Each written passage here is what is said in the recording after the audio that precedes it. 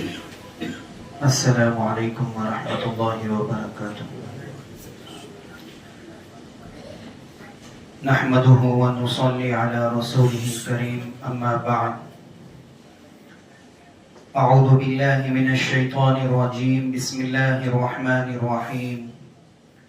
وقضى ربك ألا تعبدوا إلا إياه وبالوالدين إحسانا إما يبلغن عندك الكبر أحدهما أو كلاهما فلا تقل لهما أف ولا تنهرهما وقل لهما قولا كريما. وقال الله تعالى: إنما أموالكم وأولادكم فتنة والله عنده أجر عظيم. صدق الله العظيم. اللهم صل على سيدنا محمد وعلى آل سيدنا محمد وبارك وسلم. میرے محترم بزرگوں اور نوجوان ساتھیوں، اسلام ایک ایسا دین ہے جو صرف مسجد کی چار دیواری تک محدود نہیں، بلکہ یہ ہمارے گھروں کے اندر، ہمارے نشست و برخاست اور ہمارے ذاتی تعلقات میں بھی رہنمائی کا چراغ جلاتا ہے۔ آج ہمارے معاشرے کا سب سے بنیادی جز یعنی گھر ٹوٹ پھوٹ کا شکار ہے۔ گھروں میں سکون نہیں رہا، بے برکتی ہے اور آئے دن کسی نہ کسی لڑائی جھگڑے کا معمول بن چکے ہیں۔ اگر ہم گہرائی میں جا کر دیکھیں تو اس کی بنیادی وجہ حقوق اور فرائض کے توازن کا بگڑ جانا ہے۔ گھر تبھی جنت بنتا ہے جب بڑوں میں شفقت ہو اور چھوٹوں میں ادب ہو، کیونکہ تالی ہمیشہ دونوں ہاتھوں سے بجتی ہے۔ آج ہم اسی پر گفتگو کریں گے کہ والدین کا مقام کیا ہے اور اس کے ساتھ ساتھ اولاد کی تربیت میں والدین کی کیا ذمہ داریاں ہیں۔ نوجوانوں سے گزارشات ہیں کہ میرے عزیز نوجوان بھائیوں، اللہ رب العزت نے کائنات میں انسانی رشتوں کا جو نظام بنایا ہے، اس میں سب سے مقدم اور سب سے پہلے اور سب سے زیادہ واجب الاحترام رشتہ والدین کا ہے۔ قرآن کریم میں متعدد مقامات پر اللہ تعالیٰ نے اپنی توحید اور بندگی کے فوراً بعد والدین کے ساتھ حسن سلوک کا حکم دیا ہے۔ سورہ بنی اسرائیل میں ارشاد باری تعالیٰ ہے: وَقَضَى رَبُّكَ أَلَّا تَعْبُدُوا إِلَّا إِيَّاهُ وَبِالْوَالِدَيْنِ إِحْسَانًا، کہ تیرے رب نے یہ حتمی اور لازمی فیصلہ صادر فرما دیا ہے کہ اس کے سوا کسی کی بندگی نہ کرو اور والدین کے ساتھ احسان کا معاملہ کرو۔ غور فرمائیے کہ اللہ نے یہاں انصاف کا لفظ استعمال نہیں فرمایا، بلکہ احسان کا لفظ استعمال کیا ہے۔ انصاف تو یہ ہے کہ جس نے آپ کو ایک روٹی دی، آپ بدلے میں اسے ایک روٹی دے دیں، یہ سوداگری ہے۔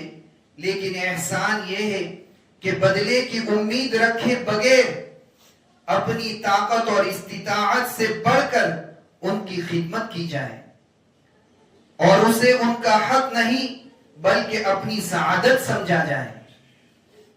والدین انسان کے وجود کا ظاہری سبب ہے۔ انسان بلندیوں پر پہنچ کر یہ نہ بھولے کہ اس کی جڑیں کہاں ہیں۔ اسی آیت کے اگلے حصے میں اللہ تعالیٰ نے انسانی نفسیات اور رویوں کو، باریکیوں کو بیان کرتے ہوئے فرمایا: اما یبلغن عندک الکبر احدہما او کلاہما فلا تقل لہما اف ولا تنہرہما وقل لہما قولا کریما۔ اگر ان میں سے کوئی ایک یا دونوں تیرے سامنے بڑھاپے کو پہنچ جائے تو انہیں اف بھی مت کہنا اور نہ انہیں جھڑکنا۔ یہاں رک کر ذرا سوچئے کہ اللہ نے یہ نہیں فرمایا کہ انہیں مارنا نہیں یا گالی مت دینا، کیونکہ ایک سلیم الفطرت انسان چاہے وہ غیر مسلم ہی کیوں نہ ہو اپنے والدین کو مارنے کا تصور نہیں کر سکتا۔ اللہ نے منع کیا تو اف کہنے سے منع کیا۔ یہ اف کیا ہے؟ مفسرین فرماتے ہیں کہ یہ وہ ادنا ترین درجہ ہے جس سے بیزاری کا اظہار ہوتا ہو۔ جب والد صاحب کوئی نصیحت کرے اور اولاد آگے سے نظریں گھما لے، یا جب والدہ کسی کام کا کہے اور چہرے پر ناگواری کے آثار نمودار ہو جائے، یا انسان لمبی سانس لے کر اپنی اکتاہٹ کا اظہار کرے، یہ سب اف کے زمرے میں آتا ہے۔ شریعت نے زبان سے بولنے کو تو دور، چہرے کے تاثرات سے بھی والدین کی دل آزاری کو حرام قرار دیا ہے۔ آج کے نوجوانوں کا ایک بہت بڑا مسئلہ یہ ہے کہ وہ والدین کی نصیحتوں اور مشورے کو اپنی آزادی میں رکاوٹ سمجھتے ہیں۔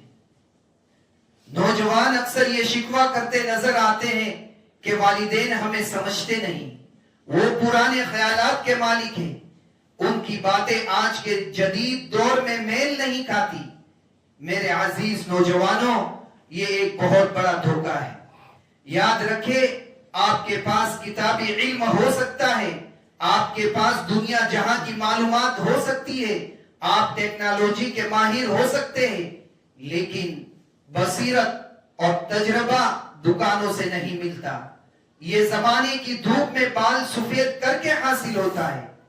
والدین کی جو باتیں آپ کو دخل اندازی محسوس ہوتی ہے، دراصل وہ ان کا تحفظ اور خوف ہے۔ وہ اس راستے کے نشیب و فراز سے واقف ہے کہ جس پر آپ ابھی چلنا شروع ہوئے ہیں۔ ان کی روک ٹوک دراصل وہ حفاظتی حصار ہے جو آپ کے زمانے کی ناجائز مداخلت سے محفوظ رکھتا ہے۔ جب وہ پوچھتے ہیں کہ بیٹا کہاں گئے تھے، اتنی رات کو کیوں آئے، وہ دوست کون تھا، تو ان پر چڑھنے کے بجائے ان کے جذبے کی قدر کرے۔ یہ شک نہیں، یہ وہ ممتا اور شفقت ہے جو انہیں آپ کے لیے بے چین رکھتی ہے۔ خدا نخواستہ جس دن یہ پوچھنے والی آوازیں خاموش ہو گئی، اس دن آپ کو دنیا کی تمام رنگینیاں بے معنی لگے گی۔ ہمیں یہ بات کبھی نہیں بھولنی چاہیے کہ جب ہم شیرخوار بچے تھے اور اپنی ضروریات کے لیے صرف رو سکتے تھے، تب وہ ہمارے لیے راتوں کو جاگے، انہوں نے ہماری ناگواریوں کو خندہ پیشانی سے برداشت کیا۔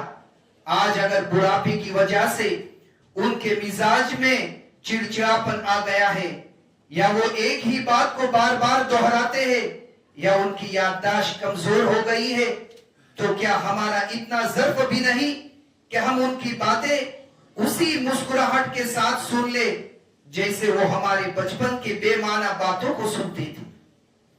ان کے سامنے آواز کو اونچا کرنا تو دور کی بات، ان کے سامنے نظریں جما کر دیکھنا بھی بے ادبی ہے۔ سیدنا عبداللہ بن عباس رضی اللہ عنہما فرماتے ہیں کہ نیک اولاد کا والدین کے چہرے کو محبت سے دیکھنا بھی عبادت ہے، لہٰذا ان کے وجود کو غنیمت جانے، ان کے تجربات سے فائدہ اٹھائے اور ان کے مشوروں کو قیمتی سمجھ کر قبول کرے، اسی میں دنیا اور آخرت کی کامیابی ہے۔ اور انتہائی ادب اور احترام کے ساتھ اب چند گزارشات اپنے بزرگوں، والدین اور سرپرستوں کی خدمت میں عرض ہے، کیونکہ تالی ہمیشہ دونوں ہاتھ سے بجتی ہے۔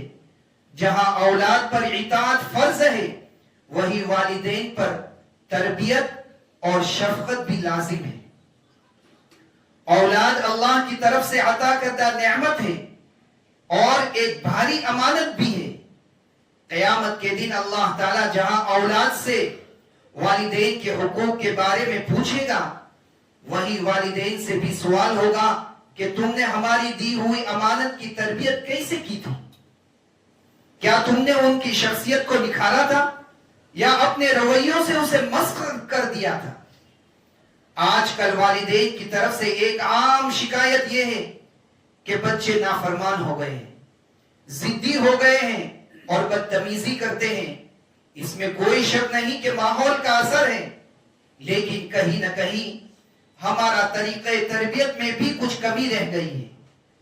تربیت کا مطلب ہر وقت ڈانٹ ڈپٹ کرنا، تانا دینا یا اپنی طاقت کا استعمال کرنا نہیں ہے۔ یاد رکھیے، ہر انسان، چاہے وہ 5 سال کا بچہ ہو یا 25 سال کا نوجوان، اپنے اندر ایک عزت نفس رکھتا ہے۔ اسلام نے تو جانوروں تک کی تذلیل سے منع کیا ہے، یہ تو پھر اشرف المخلوقات ہے۔ جب والدین اپنے بچوں کو رشتہ داروں، دوستوں یا محفل میں سب کے سامنے ڈانٹتے ہیں، انہیں نالائق، کن ذہن یا بدتمیز کے القابات سے پکارتے ہیں، تو اس کا بہت منفی نفسیاتی اثر پڑتا ہے۔ امیر المؤمنین حضرت علی رضی اللہ عنہ کا ایک سنہری اصول ہے کہ کسی کو سب کے سامنے نصیحت کرنا نصیحت نہیں بلکہ رسوائی ہے۔ جب بچے کی عزت نفس مجروح ہوتی ہے تو اس کے اندر سے اصلاح کا جذبہ ختم ہو جاتا ہے، وہ ڈھیٹ پن کا مظاہرہ کرنے لگتا ہے، وہ سوچتا ہے کہ جب میں سب کی نظریں میں برا ہوں تو پھر برا بن کر ہی دکھاتا ہوں۔ اگر آپ چاہتے ہیں کہ آپ کی نصیحت آپ کی اولاد کے دل میں اتر جائے تو انہیں تنہائی میں سمجھائیں، محبت اور نرمی سے بات کریں، انہیں یہ یقین دلائے کہ آپ ان کی ذات سے نفرت نہیں کرتے بلکہ ان کے فلاں غلط عمل سے ناخوش ہیں۔ نبی کریم صلی اللہ علیہ وسلم کی سیرت طیبہ ہمارے لیے بہترین نمونہ ہے۔ آپ صلی اللہ علیہ وسلم بچوں سے محبت فرماتے، انہیں سلام میں پہل کرتے، بچوں کو سلام کرتے، ان کے سروں پر دست شفقت رکھتے۔ حضرت انس رضی اللہ عنہ نے 10 سال آپ صلی اللہ علیہ وسلم کی خدمت کی۔ وہ فرماتے ہیں کہ ان 10 سالوں میں حضور صلی اللہ علیہ وسلم نے مجھے کبھی اف تک نہ کہا اور نہ کبھی یہ پوچھا کہ تم نے فلاں کام کیوں کیا اور فلاں کیوں نہیں کیا۔ یہ تھا نبوی انداز تربیت۔ سختی سے صرف سر جھکا جا سکتے ہیں، دل جیتے نہیں جا سکتے۔ ایک اور انتہائی مہلک رویہ جو ہمارے گھروں میں عام ہے، وہ بچوں کا آپس میں یا دوسرے خاندانوں کے بچوں کے ساتھ موازنہ کرنا ہے۔ یہ زہر قاتل ہے۔ اکثر سننے میں آتا ہے کہ دیکھو تمہارے چچا کا بیٹا کتنا لائق ہے، اس نے کتنے نمبر لیے اور تم ناکام ہو۔ خدا را ایسا ہرگز نہ کرے۔ اللہ تعالیٰ نے ہر انسان کو مختلف صلاحیتوں کے ساتھ پیدا کیا ہے۔ جیسے ہاتھ کی 5 انگلیاں برابر نہیں، ویسے ہی ہر بچے کی ذہنی استعداد الگ ہوتی ہے۔ کوئی پڑھائی میں اچھا ہے تو کوئی ہنر میں، کوئی تجارت میں تیز ہے تو کوئی خدمت گزاری میں۔ جب آپ اپنے بچے کا موازنہ کسی دوسرے سے کرتے ہیں تو آپ 3 گناہوں کا ارتکاب کر رہے ہیں۔ ایک تو آپ اللہ کی تقسیم پر اعتراض کر رہے ہیں، دوسرا آپ اپنے بچے کے دل میں احساس کمتری پیدا کر رہے ہیں، اور تیسرا آپ اس کے دل میں اس دوسرے بچے کے لیے حسد اور نفرت کا بیج بو رہے ہیں۔ اپنے بچوں کو ان کی صلاحیتوں کے مطابق پرکھیں، ان کی چھوٹی چھوٹی کامیابیوں پر ان کی حوصلہ افزائی کریں۔ جب بچے کو گھر سے داد اور تحسین ملے گی تو اسے باہر غلط لوگوں کی توجہ کی ضرورت بالکل نہ پڑے گی۔ اسی طرح تربیت کا ایک اہم تقاضا یہ بھی ہے کہ جب اولاد شعور کی عمر کو پہنچ جائے، بالخصوص جوانی کی دہلیز پر، تو ان کے ساتھ اپنا رویہ حکمرانہ کے بجائے مشفقانہ اور دوستانہ رکھیں۔ پرانے دور کی کہاوت ہے کہ اولاد جب جوان ہو جائے تو اسے اپنا وزیر بنا لو۔ ان کے ساتھ مشورہ کرے، گھر کے معاملات میں ان کی رائے کو اہمیت دے۔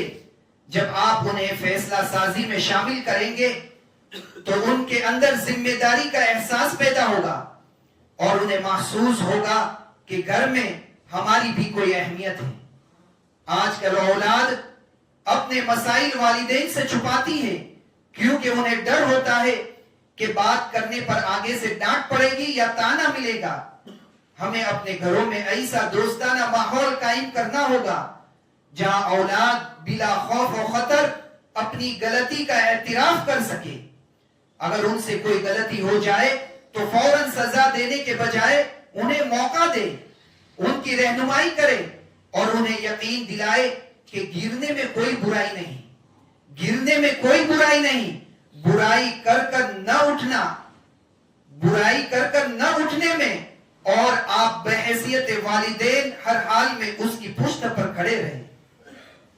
خلاصہ کلام یہ ہے کہ ایک خوشگوار گھر اور کامیاب معاشرہ اسی وقت تشکیل پاتا ہے جب دونوں طرف حقوق ادا کیے جائیں۔